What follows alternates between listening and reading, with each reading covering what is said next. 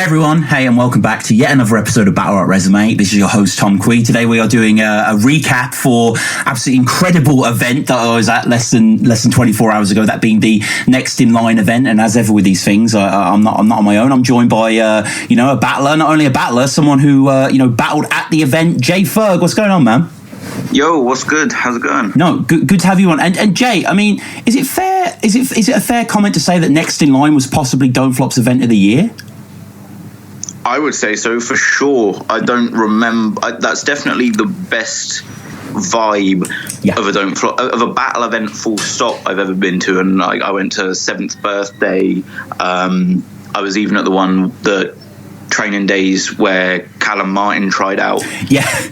But that was definitely the best vibe of a battle rap event I have ever been to. It was crazy. Yeah, I agree, actually. I went to 5th, 6th and 7th birthday, a few other kind of Don't Flop outdoor events, and I was at that event that you said, that Callum, and don't forget 142 Soliloquy also went down at the prestigious event. But yeah, I mean, it was incredible. Everyone had obviously paid their money, so there was that sense of anticipation, there was that great atmosphere there, but just everyone was just locked on to the battlers, weren't they? Everyone was reacting, listening. It was so good. I think that was because tickets sold out in, was it 5 or 6 hours? Yeah. And so you only had the people who were waiting for the tickets to drop and actually knew that they wanted to be there above anything else that day and put effort into getting there. It wasn't like, oh, Don't Flop's having a day in Fiddler's Elbow, we may as well turn up as we've got nothing to do. This was like your hardcore battle fans. Definitely. And I've got to say, the past couple of months I've been looking over at King of the Dot slightly jealously as they've been setting up this bunker, and it got me thinking, oh, why can't we have a bunker in the UK? And it kind of hit me yesterday. We fucking do. It's the Fiddler's Elbow. It's just the greatest battle rap venue. Oh, 100%. And I've only been to 2 Fiddler's Elbow events, but have they had that kind of cordon for the barriers? I don't think so, no. I thought that was excellent. When I walked in yesterday and saw that, I was like, that's fantastic, because with the amount of people there, it created a definite space for the battlers to work in, and it just felt amazing. The whole thing was fantastic. Yeah, that was a great little introduction by the Training Days team. And another one I thought was good was they had the school bell to ring when the battles were ready. Oh, that was hilarious. Yeah. That was useful. Yeah. The funny thing was, when Tony D was doing it, I don't think he knows how bells work, because he was holding the metal bit and it wasn't making the sound very well. And I was like, come on, man. Yeah.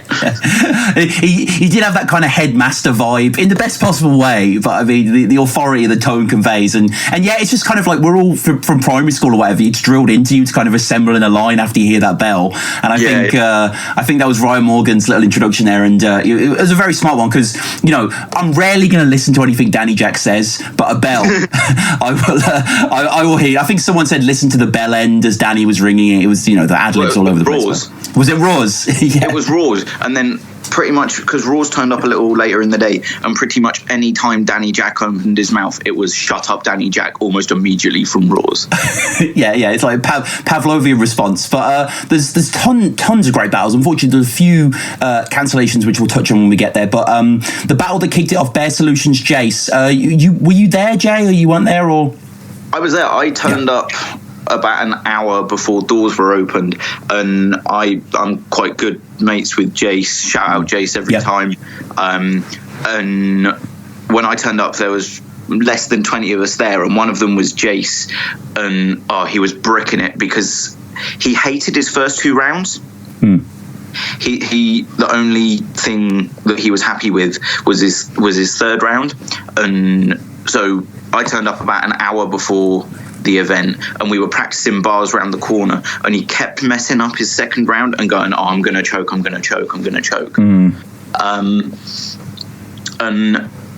I don't think it was obvious to people watching it live, but he did cut out a decent chunk of his 2nd round. There was a bit where he was stumbling practicing to me that he also stumbled in the battle. And then skipped on to a later bit. There was I can't remember the punchline, but there was a decent punchline that he had to skip over, or else he would have choked, I think. I think his third round was the best round he's done, and I think I just about edged the second round to him. Take nothing away from Bear Solutions. Bear Solutions did what he does and did it well. I think that he did what Jace was trying to clown him for, but he did it so well that Jace's bars meant nothing. It was like, I honestly think Bear got that, I have to say. I think Jace's second, I didn't realise that he didn't have the material out there. I thought the angle was quite weak. He had this kind of you fuck animals kind of angle. I don't know, it personally wasn't hitting with me, and I don't think it hit with a lot of people. I think Bear, he flipped the door thing very well, the whole install an automatic door in Fiddler's Elbow just so you lose your job was a really fantastic line. And like, you feel like someone like Bear Solutions could just install an automatic door every once, so there was some authority conveyed there. But yeah, that's not to take away from Jace. Big Jace fan. Jace's third was excellent, setting the trend off 4 lines like a hashtag. Oh my lord! Yeah, that got a huge reaction, and this is a good clash. And afterwards, it is interesting when you're making small talk. Seeing who you thought won what, and this seemed to divide a lot of people. Early on in the day, people were pushing towards Bear a bit more as a kind of obvious winner, but I think Jace, he has that style that lingers with you a bit better, and his performance was really good in the room. Yeah, I'm kind of reserving judgment because I'd like to think I'm not biased, but I am good mates with Jace, so I don't know whether that subconsciously meant that I was enjoying my mate's material more than the other guy, but I just about edged it 2-1 to Jace. But it was great, and I can't wait for it to come out and see it again, because I like battles where it's like I don't know who won. Yeah, battles like maybe you change your mind every time you watch it. There's been loads of them over the years, and I think this might be another one of them. Yeah, totally. And it's worth saying that victory here is very particularly important because it's a top 8 battle. Bear got in by beating LSD, and I had him on the show recently with Lazy Ass Jack. We're talking about the top 8 tournament. I know both of them are very competitive. Definitely want to go through, and I think Bear could maybe have a few more interesting matchups. I think Bear makes sense as kind of one of those people that makes a tournament a bit more interesting if he wins it, whereas I think Jace, the matchups against other people would not necessarily be as exciting. Maybe that's me personally, maybe there's people who would say that the other way, but yeah, I don't know when do you know when the results are going to come out? It seems like they're so delayed from the battle to the actual verdict. No, I'm not sure, but you raise a good point. I haven't actually thought about that, but thinking about it now, even though I like Jace and I rate him as a battler, I would be happier with the kind of potential matchups Bear Solution. Yeah, I never thought about that. That's a good point. Yeah, you got to. The politics are always in play. But we went on to another battle straight away. A tryout, Carbon versus Tooth. I've got to be honest, I wasn't aware of either of these prior. Were you or? No, I wasn't. I mean, obviously, there's been a bit of there was a tryouts group chat, but I think everyone was too nervous to really let their personality show out. I tell you what, the 24 hours since the event, there has been more communication in that chat than the whole of it being set up for maybe a month before the event. Yeah, well, yeah. I mean, some people just didn't want to give anything away to their opponent before the battle, and some people didn't really know how to act around other battlers. I tried to get a bit of discussion going, because obviously where I was involved with Poetic Warfare, I kind of I've talked to a lot of battlers. I've been in the battle environment quite a lot. And so I'll kind of talk to anyone, and I tried to get a bit of discussion going, but everyone was really keeping their cards close to their chest. But yeah, Carbon versus Tooth. Sorry, get back on. No. That's interesting, actually, about these group chats. I remember I was put in a group chat when I was trying out, and they are quite interesting environments, aren't they? I mean, so after the event, what is everyone just bigging everyone up? Is everyone going, what's the sort of chat now? It's basically everyone giving their feedback on the other tryouts, and I just want to say this on the podcast. Everyone is shouting out Danny Jack, and the whole of the training day staff shut it down yesterday. It was absolutely amazing, and I cannot give enough love to anyone who was involved in organising yesterday. Yeah. Executed perfectly. I think most people agree when Trainer Days is the best thing to happen to Don't Flop this year. It has so many great events, so many great battles, and the event of the year, as we were saying, as the opener. But yeah, Carbon versus Tooth. I mean, just to set the scene, I suppose.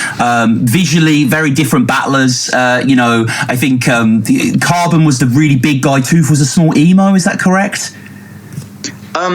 Tooth. Not quite. I wouldn't quite call him an emo. I guess he was called an emo in the battle. So yeah, Carbon. Yeah, he does. Yeah, Carbon looks like the friendliest dude ever, and so anyone next to him looks like an emo. Like, yeah. Not that emos don't look friendly. No, of course. That's a horrible stereotype. And I mean, what was interesting about this battle, it's kind of hard to discuss, I guess, because no one knows who either of these guys are. I mean, there was quite a nice bar by Carbon, I thought, in the first. He was talking about Tooth's derivative nature. Even when Tooth's biting hard, he isn't making an impression. Pretty good. I mean, pretty solid. But it's weird.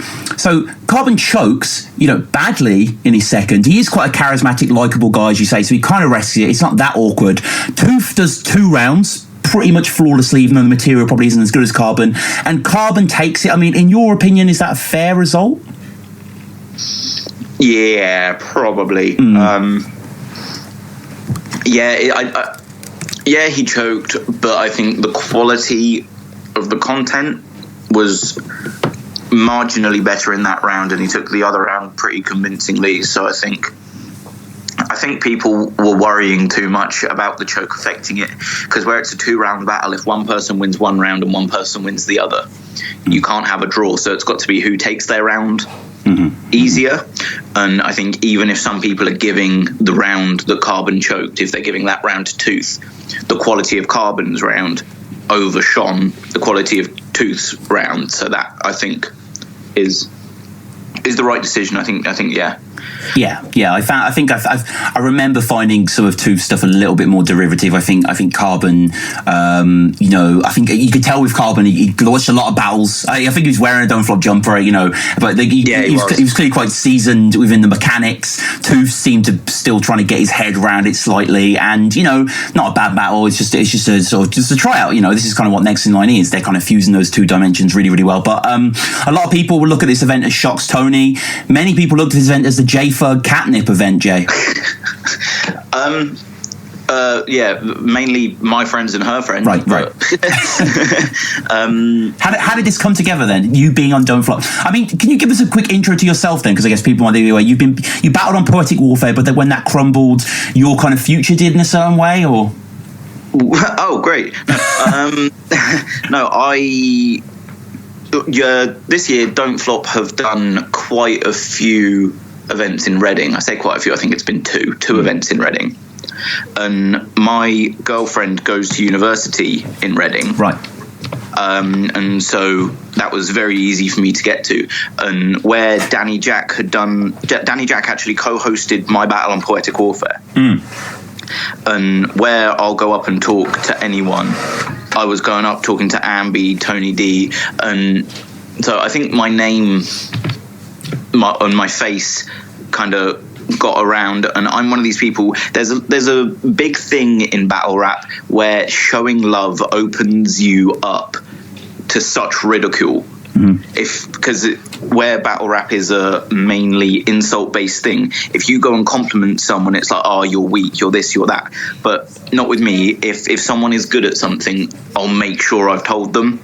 And I got hit up by Ambi after putting a few posts on Viewpoint, and I saw him at a Reading Don't Flop event, and he showed me love back. And when the training days got set up, he messaged me and said, if you ever want to try your hand at Don't Flop, I'll put a good word in for you with Danny. And I said, oh yeah, cool, I'll think about it. And he said, okay, well, when you like apply for a tryout, let me know.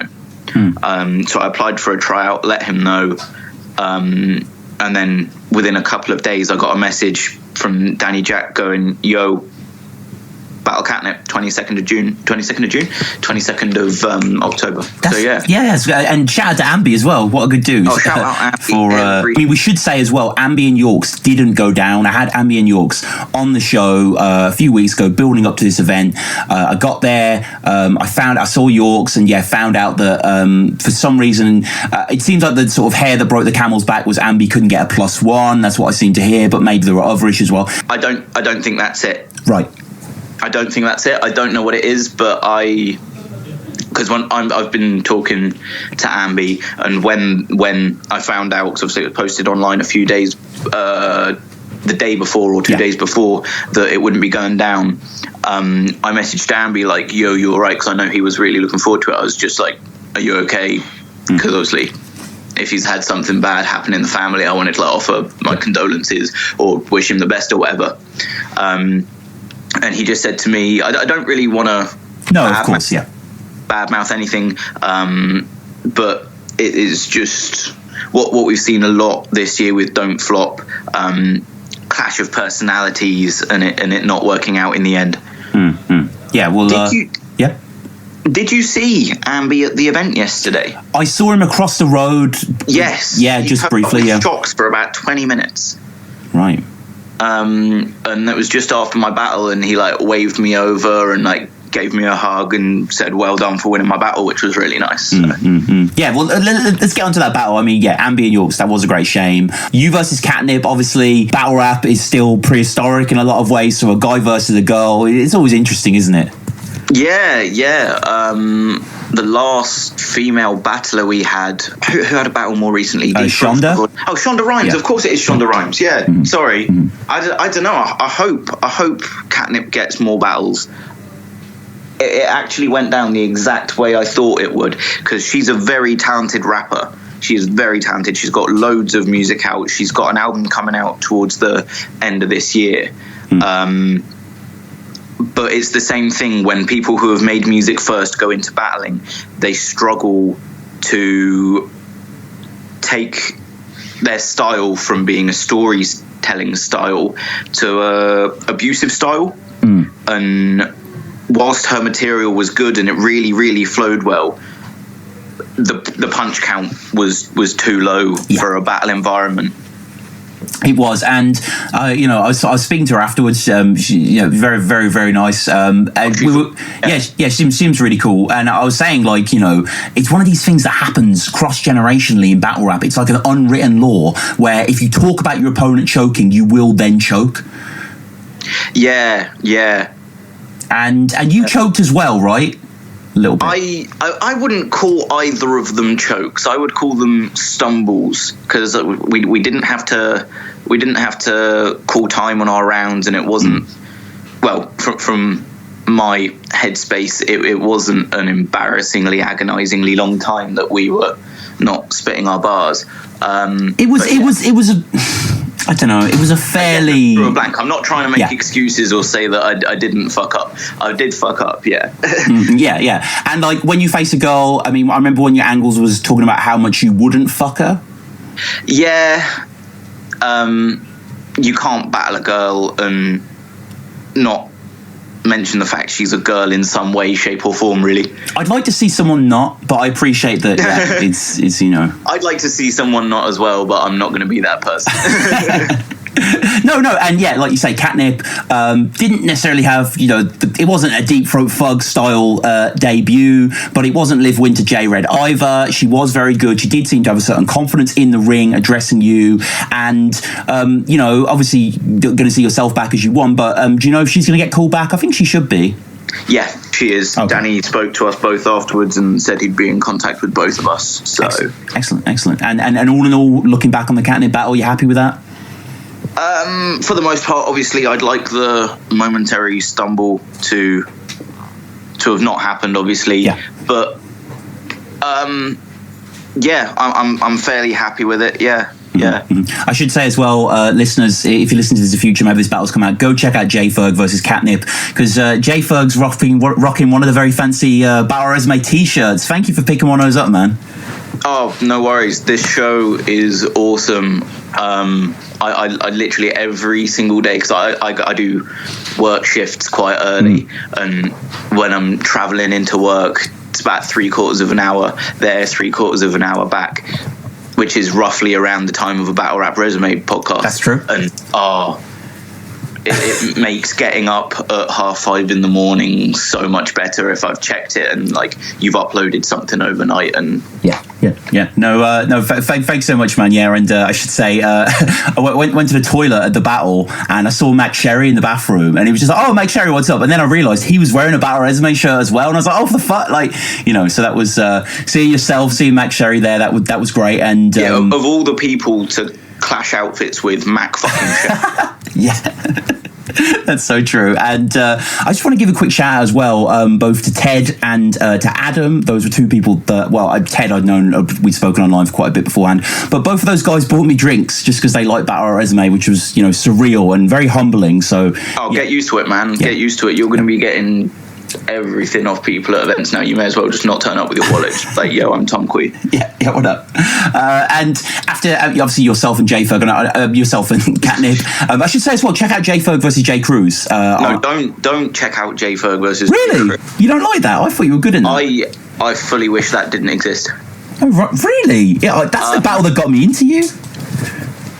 Cheers. I can't think why. I guess I've just watched it so many times that I absolutely hate my stuff. I hate the choke, and I know that I'm capable of writing stuff much, much better than that. It was.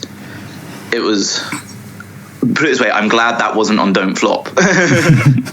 No, fair enough. But I mean, we all have to have these, these early uploads that maybe mar our ego slightly, but they're in the necessary evil. And you versus Catnip was a tryout in every sense of the word, and we were at two other tryouts. We had Artifact versus Mafro. Mafro, very impressed with that guy. I thought he was really good. Yeah, I believe this one was just before my battle, I was actually outside. Panicking, going over my bar with my girlfriend. Of course. I saw this one. Going off the top of the head here, I can't really remember too much. But Mafro, I should say, is a friend of Lazy Ass Jack's. I believe they're old friends. So that's how he's got involved in it. They've been rapping together for years, whatever. And Mafro definitely did have that confidence and technique behind him. Artifact was more, joke based, a little more obvious in his approach. Mafro spent a lot of time quoting Artifact's bars, which were really weird. One of his bars is like, "Coming on, you cum fleas on someone's sleeve," or something like that. I don't really know, like just kind of nonsense multi stuff. Mafro, I think with the right push could be something. Actually, he did. I liked his persona. He has quite a sort of laid back, kind of quite heavy bar aspect to him. And it was another good try. Did you catch Topher versus Scott Early? I did. Yeah. I've been seeing online actually that who was it? Hang on, I've got to check it again. Topher versus Carbon out of the tryouts yesterday is the one that I've most seen requested for future events. If those two were set up to battle each other. So I think they're potentially the two most like tryouts after yesterday. Scott Early had that traditional hard motherfucker from Glasgow vibe to him. Didn't he headbutt Topher, or nearly headbutt him? Oh my word! Yeah, you were stood behind me at the time, and it can't have been more than a centimeter. Yeah, and I remember turning around like not like to see your reaction, just like as my own reaction, my head just jerked round, and you were there with like a what the fuck look on your face. Yeah, it was like an inch away, wasn't it? It was so close to his face. Did you feel like throughout that battle, Scott Early wanted it to escalate to beyond just rapping? Slightly. I mean, there was a very, very like he was trying to push Topher into into punching him or something like that. Yeah, and maybe it was born out of a certain frustration because very little of Scott Ely was hitting, and I think the reason for that was his incredibly thick accent, which, you know, I struggle to understand personally. And I think, to put it into context, it's probably like when the KOTD audience watched Dialect. Like, it was that, you know, it was kind of like, I'm kind of hearing syllables here, and then like there's a bar and it's funny, and then it's kind of like, and I think he was quite fucked as well, wasn't he? He was kind of slurring quite a bit. Yeah, 100%. I'm not sure if it was him or the mate he turned up with, but that one of them, that, you know, the seats near the toilets and the smoking area, there was one of them just stood there. Like, I don't know what one of them had, but Jesus Christ, they were so gone. I think I saw them around. We should say as well, Topher, I mean, this was an international battle. Topher was Canadian, Scott was Scottish, so Topher, I quite liked him, actually. The crowd rocked with him. He was good. As I was saying, he's one of the most requested back that I've seen online. Do you know his story? Does he just live out here? Is just is he just? I tell you what, let me get because it was being talked about last night. Let me find it on the group chat quickly. We're getting the insider scoop here on the tryouts. This is great. But I think this topping out was another, you know, decent tryout. I can't remember much of what Topher says, unfortunately, but I remember it hit hard and the crowd rocked for it. And when he first started spitting, it was like, what is this guy's accent? It's kind of like it was almost like American at first, and then when you heard he was Canadian, it was like, oh, of course he's Canadian, like, but it just kind of had that kind of, you know, slightly Western tinge to it. Here we go, found it. He lives in Woking now, but he was born in Kingston in London and lived in Canada for 14 years. Oh, okay. So that's the concoction of his accent. Yeah, I think, you know, Jay, no offense, but I think out of all the tryouts, he was probably my favorite that I saw. Topher, it's quite promising. Yeah, his flow was fantastic. The way that I think that's what I struggle with most, is my transition from concept to concept and bar to bar. I would love to polish up and get the round edges off so that it just flows smoother between. And it seems like Topher has really, really got that sorted out. And I hope he gets. Well, I know he's going to get more battles, and he could be the one from that crop of tryouts to watch out for sure.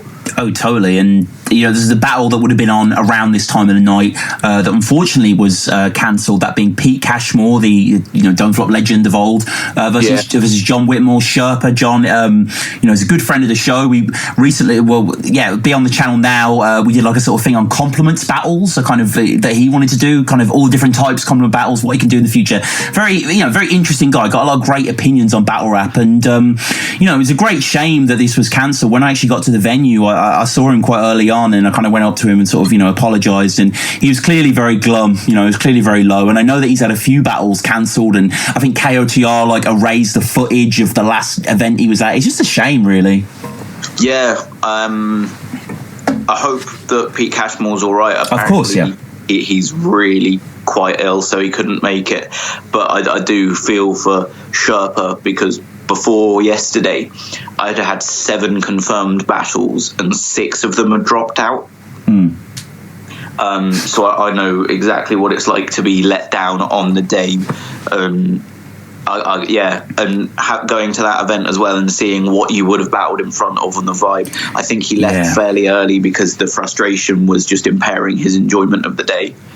I hope he does get another shot at the next tryout event, because he is good, and I would like to see him on a Don't Flop stage. Just a shame it didn't happen yesterday. Yeah, like you say, the crowd were loving everything, and that's not in a kind of, you know, ungallant way. Like, everything was hitting with them, and they were respectful and they were responding. And I think Pete Cashmore Sherpa was going to have that absurdist, slightly ulterior edge that could have like kicked it off in there. I think it would have been a brilliant battle. It's a great shame. Yeah, especially to people who haven't heard of either of them, because I think the first 30 seconds would be like, what the fuck is going on here? Yeah. And then people would be like, you know what, fuck it, this is awesome. Like, this may not be what I was expecting, but Christ, this is gonna be hilarious. Now, So- the next battle, one of my favourite battles of the day. This is a battle that had, it had no right to be this good. Like, it is a kind of classic style clash in all aspects of the time. Lazy Ass Jack versus AJ. Oh my god, yes, I love that. Who did you have taking this one? I personally had Lazy taking this. I thought don't get me wrong, A is hilarious. A has such personality in the ring, and I thought he controlled it so well. And they like the way he addressed Lazy Ass Jack, because obviously there is that giant height difference that anyone would have, because Lazy Ass Jack is I'm sure what I'm saying, he is quite the beanstalk. I think he's like 6'7", 6'8", this kind of Oxfordian, great guy. So I did have that, but I think that A needs to stop relying on those concept rounds. I think if he went more bar heavy, he would have had more of a chance. But Lazy Ass Jack, we were speaking before the event, and he was choking, unfortunately, some of his second and some of his first. Just couldn't seem to get the material together. And he actually delivered, he was delivering his rounds to me. And, I was really, really enjoying them before the event. I think this was maybe after the first break or something. But he had this bar, I think it was in his second, where he's talking about something like, you look for inspiration like Immanuel Kant's steeple. And I just stopped him right there and I was like, I don't get that bar. Like I don't understand. No, I don't get that either. Like, Immanuel Kant is a philosopher. I don't really know what he was, what he philosophized about, but I don't think he's a philosopher in that regard anyway. But I didn't know the steeple, and Lazy Ass, explained that apparently, he would look to this steeple to inspire him in his writing, stuff like that. And I kind of said to him, well, it's too late to take it out. You got to keep it in. It's part of a bigger scheme, sort of thing. And it was quite funny actually, because he delivered the line in the battle. It got crickets, and I went up to him after, and I was like, I sort of told you, and he was like, yeah, but Tony D came up to me afterwards and said that he loved that line. So, and I was like, well, yeah, there you go then. Like, keep it in. Like, if you got stamped from the champ himself. And Tony will always be the don't flop champ in my opinion, even when he's not. Like, he just me too. He just kind of is don't flop. But yeah, I mean, really, really good battle. You had Vintage A, Lazy. I think Lazy surprised a lot of people because he's more aggressive than you would think, isn't he? Yeah, and I think I don't know whether that's just the fact that he's so much taller. So when he gets close to people, it does look like he's towering over them in an intimidating way. Yeah, but. Yeah, I've never seen A look intimidated by such a non-intimidating person. Yeah, that's true. But actually, what you were just saying about you're not a fan of A's concept rounds. I thought A's concept round was his best. Okay. I thought... Wagwan we Queen thing. I love that. Yeah, that was, don't get me wrong, it was good. And Ace Third as well was great. The whole Crystal Palace manager signature, A Pardew. Yeah, oh my word. Yeah, that was fucking dope. And I mean, Lazy had some great shit. He had he was basically talking about him and A, the mismatch, and kind of how they kind of had similar wins and losses. So it was like same record, different levels, like a remaster. Which I thought was just fire. Like, Lazy's a very, very good writer. He's a very exciting prospect. And I think, like Bear Solutions, it makes sense for him to win this. I think that we've seen A battle quite a bit now. A tried out when I tried out. A's fantastic. A's battled Pedro. A's like a star. Like, A kind of doesn't really even need to be in the top 8. Whereas I think Lazy is kind of the thing that this tournament's made for, to get him that exposure. And him winning this, I think, just makes sense. I think I was for A's second was a bit weak, where I thought all Lazy's rounds were quite consistent. Yeah, I agree. But that's going to be a great one on camera. I know that's going to be a really popular battle because like they just had great interaction and like they had a great kind of like chemistry when they were battling, even though there was from such different walks of life, but it just kind of came together into this beautiful melding pot. Yeah, and I like seeing that happen because obviously no matter what walk of life you're from, whatever you do, you're both there for the same thing. And I love the way when things like that come together, like Head Ice versus Carter Deems. There was such, just like a mutual respect and the same love, the love of the game, if you will. Yeah, I mean, everyone loves a good pun, right? So at the end of the day, that can unite us across all of our problems. And this battle, Willsey versus Scoop. Scoop's performance here was fucking incendiary. Like, he killed this. Yeah. I don't know what to add. It was fire from start to finish. I thought his first was good. I thought he did good in the first, but I think the second and third is really when he kind of like, went out the stratosphere here. The whole phone charger line. Oh, the phone charger bot. Holy crap. Yeah, that's like a mum joke time of 2016. I think that could be a huge bar. I think that was the biggest reaction anyone got out of me all day. I think I might have gone no. It will have been something in Tony D vs Shocks, but Scoop. I haven't actually. I know he's battled on Gift of the Gab a few times, but I haven't actually seen any of his stuff since the thing he did in the break at Battle of the Brave. Yeah. And I loved what he was doing then, and so to see him on this, I was like, oh, that's brilliant. Yeah, he came like nothing I thought he was going to. It was absolutely amazing. Yeah. Probably, not to take anything away from Wilsey, that's probably one of the best Wilsey performances we've ever seen, and I hope that people don't forget about it in light of Scoop's fantastic performance, because Wilsey had some great stuff. But yeah, Scoop was just too much. Yeah, it's just his winning charisma, really knows how to talk to him, you know what I mean, to get into someone's ear and deliver something heavy, take a step back, lay down a few lines, like that whole where he's breaking down Wilsey's career and talking about how he's done Sunburn, but he's like, career's like a leap year, you ain't seen a birthday in 4 years. Yes, that was crazy. Great shit. He's such a breath of fresh air, Scoop. And I think next in line as a whole, with people like, Lazy, Catnip, Scoop, Danny's and the team are smart, aren't they? They know that kind of you can't just keep putting on battles that are kind of quite predictable and the similar bar styles. I think variety is the spice of life. And, Scoop, I mean, who would you want to see Scoop against next? I don't know. I don't want to make him a gimmick battler, but against Lazy Ass Jack would be hilarious. Maybe Ambi? I'm not sure. Okay. I'm not sure. Somewhere down the line, he needs to battle Shocks. Somewhere down the line. Yes. But as a next battle, maybe one of Take Note. Yeah. Okay. I would like to see a definite hood classic that both battlers can sink their teeth into, rather than, obviously the immediate reaction is, I'd love to see him face a complete style clash. But I think a battle against Take Note would please a lot of people. Take Note or Catnip, I think they're the two that are the obvious opponents there. But another battle, there was an unfortunate cancellation. This was the battle that I was personally most looking forward to. I was really bummed out that this got messed about. Templar versus Dank. Yeah.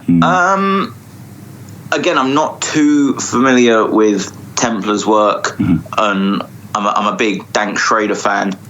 I'd have really liked to have seen that go down, but I think Templar was in Newcastle and left to come to the event at 11 o'clock. And so he was never going to get there on time. And I'm not sure, in light of that, I'm not sure it will be rebooked on Don't Flop. No, this is a big opportunity for Templar, really, and it's a shame, regardless of opportunities. It's just the same with John Whitmore. It's like this crowd would have this crowd would have went crazy for Templar versus Dank Schrader. Like that Dank spat me one of his rounds on the way back to the tube station. It was killer as well. Like such a tragedy. Yeah, although I think that crowd yesterday, like, not taking anything away from the battles, they were so hyped for any battle. Yeah. And again, I can't fault the crowd, but yeah, Dank versus Templar would have been fantastic for that small room environment. Yeah, and it's a great shame it didn't go down, but both of them are incredible battlers, and I'm sure we'll see them soon. So we get into one of the main events. I personally am a ginormous Gemini fan, so it was kind of an honor in a way to watch this, just because I've just watched his battle so much, and to see him live was just absolutely fantastic. And on Gemini's side, this lived up to anything I could ever hope for, really. Yeah, I completely agree. Like you said, it's an honor to see him battle live, full stop. It's a fucking honor to battle on the same card as him. Yeah. And so, even going into yesterday, I was like, even if I choke and get body bagged, I'm still seeing Gemini, Tony D, and Shocks battle live. Like, for a tenner, it's like, what the fuck? It's ridiculous. It is ridiculous. And I should say though, I mean, Gem did unfortunately have a little choke, which can happen. But in my eyes, it didn't really matter because there was so much good writing in that round. I think, how long was the round? Was it like 7 minutes, 5, 6, 7 minutes, something like that? I think they were given 5 minutes, but it was an unlimited thing. Mm-hmm.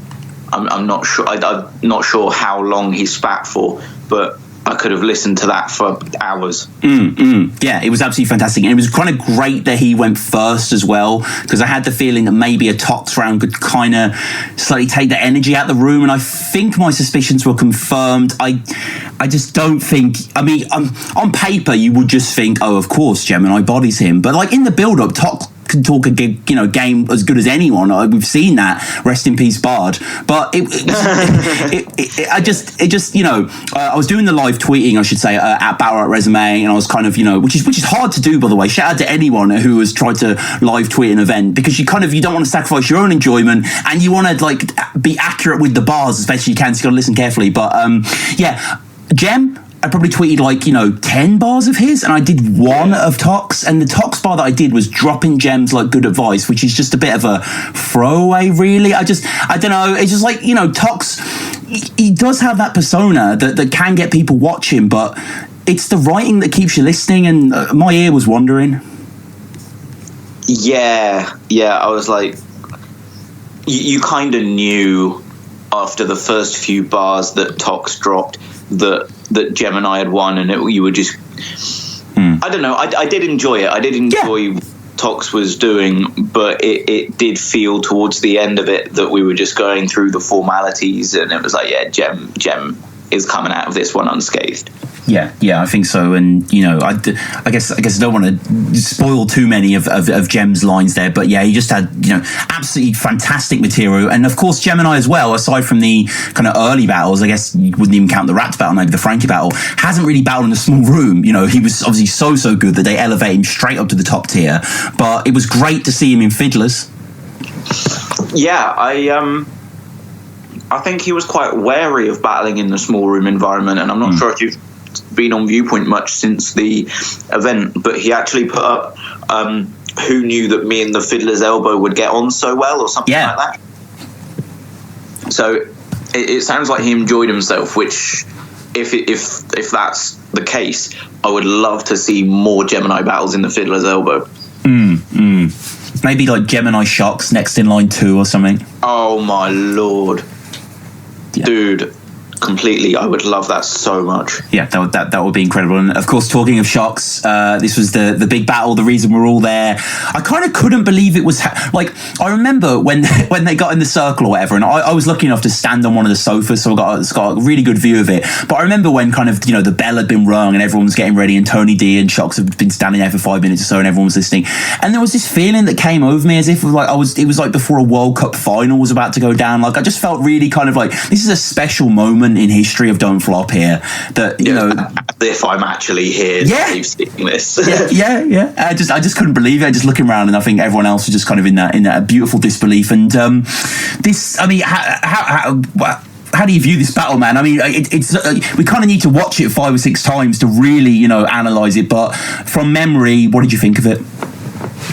From memory, I need to watch that second round again. Yeah. I gave Shocks the first convincingly, Tony the third quite clearly, and I did edge Tony the second, but everyone that I was talking to outside, I think out of maybe 20 people I talked to, one person agreed with me. And so maybe I need to go and watch that back, but I had it 2-1 just to Tony D. But the whole thing was amazing. You knew how good it was going to be after Shocks' first bar. Yeah. Excellent. Yeah, it was. Personally, I've got it 2-1 Shocks. I think he takes the first pretty convincingly. He punches like a maniac in that first. It was that Indiana Jones bar, by the way. Jesus, oh my word. Jesus fucking what was it? Break into your temple and escape with the whip. Yeah. Fuck off. Yeah, that's so fucking good. So yeah, have Shocks winning the first. Tony, obviously Tony D's Tony D. It goes without saying that the writing's like magnificent. His performance is spellbinding. But I felt that in the second, he had this kind of quite long cake angle against Shocks that I was a bit frustrated. I was like, oh, why is he taking this angle? I was like, I just wanted to see bar this guy's head off. And for that reason alone, I have Tony losing the second. Do have Tony winning the third though. But I mean, like you say, this is one that's going to split people, and a bit of controversy seems to start actually after the result, because on my end at least, because the battle finished, and then as the battle finished, we had to leave the venue. There was one more battle, which we'll get onto shortly, JB versus Jay Short, which had to be done outside in a kind of like fittingly almost like a Street Fighter-esque like back alley. Like it was very battle rap. It was very cool. But after that battle or whatever, Shocks came up to me and we were just sort of chatting or whatever. And as he left, he was like, "Oh, you might want to check out Viewpoint. I think you've caused quite a stir." And I was like, "Oh," I was with Crafty at the time. We were both like checking my phone or whatever. And someone had screen captured my reaction to the initial Shocks thing, because when we went outside to announce the result, I think in most people's eyes it was going to be a 3-2 either way. I think that was a fair representation of their writing, just of the battle. It was a fantastic clash of the titans there. And when Danny said 5-0, that just felt wrong. It felt sour, and you could almost feel the mood drop before the name was even said, and it felt inevitable then that, oh, it's going to be Tony. And I'm not like bitterly kind of saying that, because it was a fantastic battle on all ends, but it just feels to me in a certain way that like 3-2 would be a better representation. But that is where the furore started, because people rightly were saying that like 5-0 can be closer than a 3-2 in a sense, if you know what I mean, because like each vote of the 5 is a hair's width, whereas 3-2 you have 2 people definitely saying no. So I mean, it's kind of it's tough, isn't it? Yeah, we had to go somewhere quite quickly after the judge's decision, so we literally heard 5-0 Tony D, and then we were off. What was the reaction live? Were there people going, "Nah, that's bullshit" live, or was it just straight into JB? It was pretty straight into JB, but no one vocally said bullshit, but I think a lot of people felt a little bit just sort of disappointed. I mean, it doesn't really matter. We still got the battle. You know what I mean? At the end of the day, I'm kind of but this is just what happened. It's nice to document it on here. And yeah, quite a lot of people that I was talking to afterwards were a bit like, that's just a bit wrong. Like it just doesn't feel, it doesn't sit right. But I mean, at the end of the day, it's not the representation of the battle. It's not like Tony just steamrolled Shocks and Shocks didn't put up a fight. Shocks won in my eyes. Maybe I'm going to rewatch it and think that Tony won. Tony definitely is one of those guys that can just layer his punches so well. And Tony was more slightly angle based. He can weave things together more. Shocks is a bit more kind of chaotic, brute force. But there was nothing better than that Indiana Jones bar, both in the delivery and the imagination. But like I said to Shocks when I saw him, I said, like, that's a perfect bar. Like, that's one of those rare ones that comes across that's just absolutely seamless in the construction. And but yeah, Tony D Shocks, if you're listening and you're looking forward to it, it's everything you want it to be. It was so good.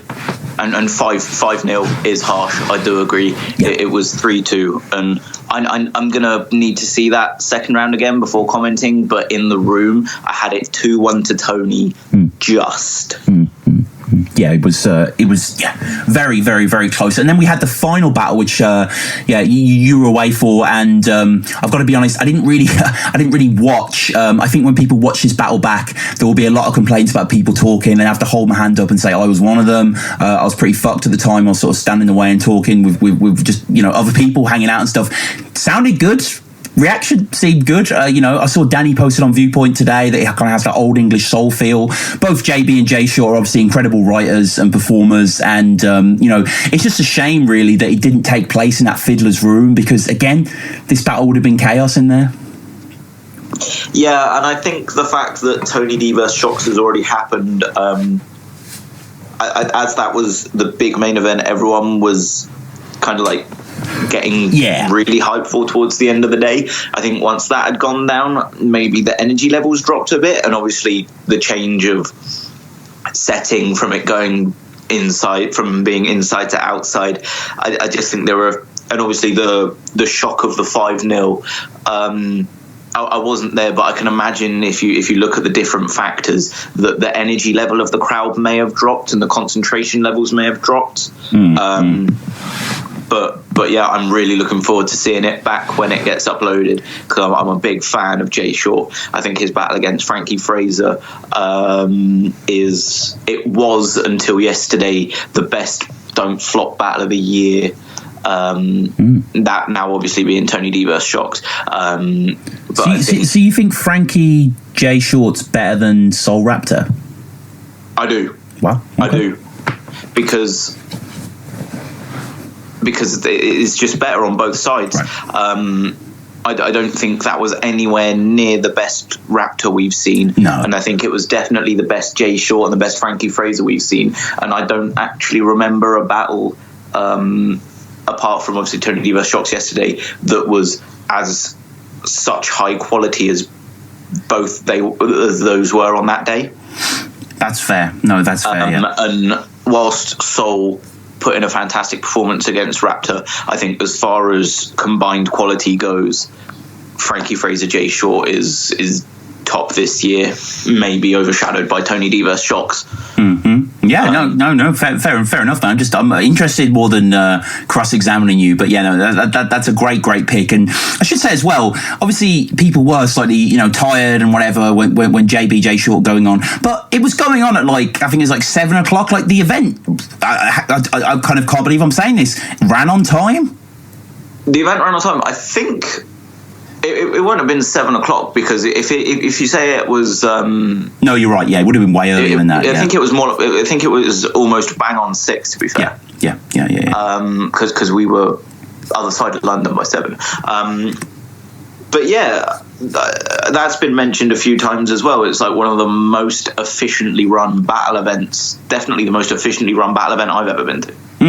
Yeah, no, and amazing event. I mean, I'm sure you can tell by listening. And please, if any of these battles sound interesting you, pick up the pay-per-view. The vibe was terrific. I really hope it translates, but it's the Fiddlers, so it will. It's not like a big boomy stadium where, it was good there. No, it's just battlers always look good on the Fiddlers Elbow venue. And I mean, Jay, but it must be great for you as well, just to be part of this card, to be part of history.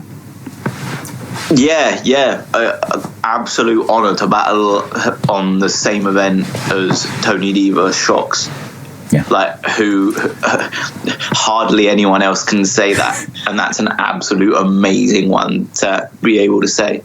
No, you're completely right, man. And I guess that about wraps up. Who did you have? Sorry, who did you have taking JB versus Jay Short? The thing is, I had interrupting audience member 1. I didn't actually have a chance to really watch it. Okay. Yeah. But yeah, I heard it was good by all accounts from other people. Awesome. But yeah, that about wraps us up. Jay, how do people get at you? Social media, that sort of stuff, or? I don't have a Twitter. You need to, man. You're on next in line. You're a big name now. Right, I'm going to go and set it up now. I'm going to... it'll be... Just type in JayFerg, JayFerg. I'm sure... Some variation. The system will find me. Yeah, I'm sure.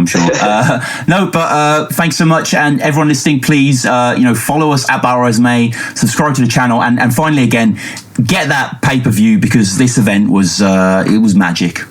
Yeah, it's literally just dropped this evening, and it's is it out? For Tony D versus Shocks, Willsy versus Scoop, and even those two battles alone are worth the tenner. Tony D versus Shocks is worth a tenner by itself. Yeah, no doubt. But Jay, thanks so much, man.